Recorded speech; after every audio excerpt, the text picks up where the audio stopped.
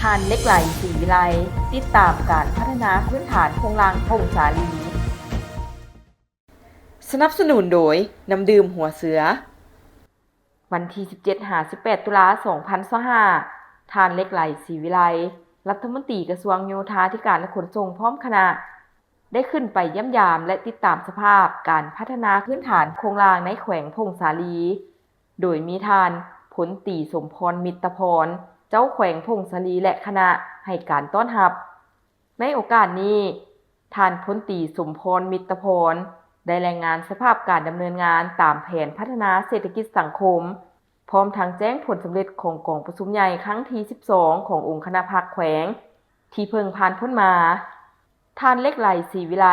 ได้กล่าวแสดงความสมเชยต่อผลสำเร็จดังกล่าวและได้แนะนำให้แขวงเน้นการพัฒนาพื้นฐานโครงรางให้มีจุดสูงชัดเจนมีประสิทธิผลและสอดคล้องกับทิศทางการพัฒนาระดับชาติ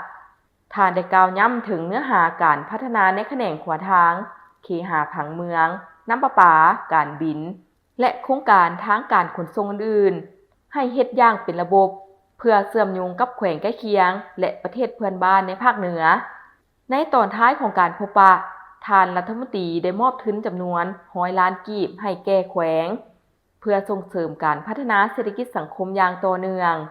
ต่อมาท่านเหล็กไหลศรีวิไลได้เข้าพบปะอบรมกับพนักงานในแผนกโยธาธิการและขนส่งแขวง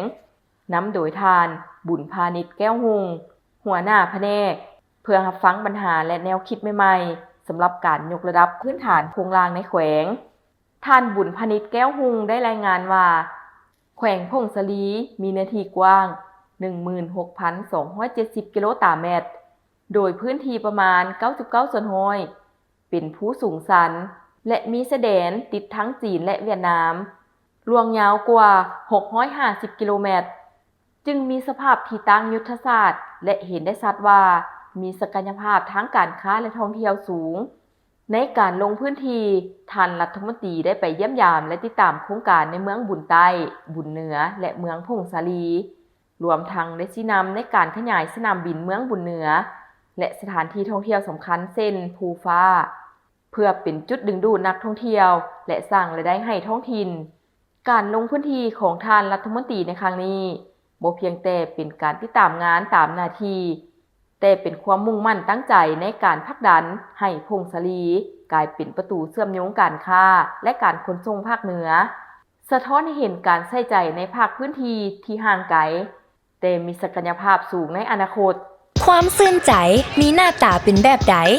หน้าตาซื่อๆแต่เห็นแล้วซุ่มซื่นหัวใจน้ำบ่น้ำดื่มหัวเสือคุณภาพเหรียญคำระดับสากลตื่มความซื่นใจห่วงใยทุกเวลา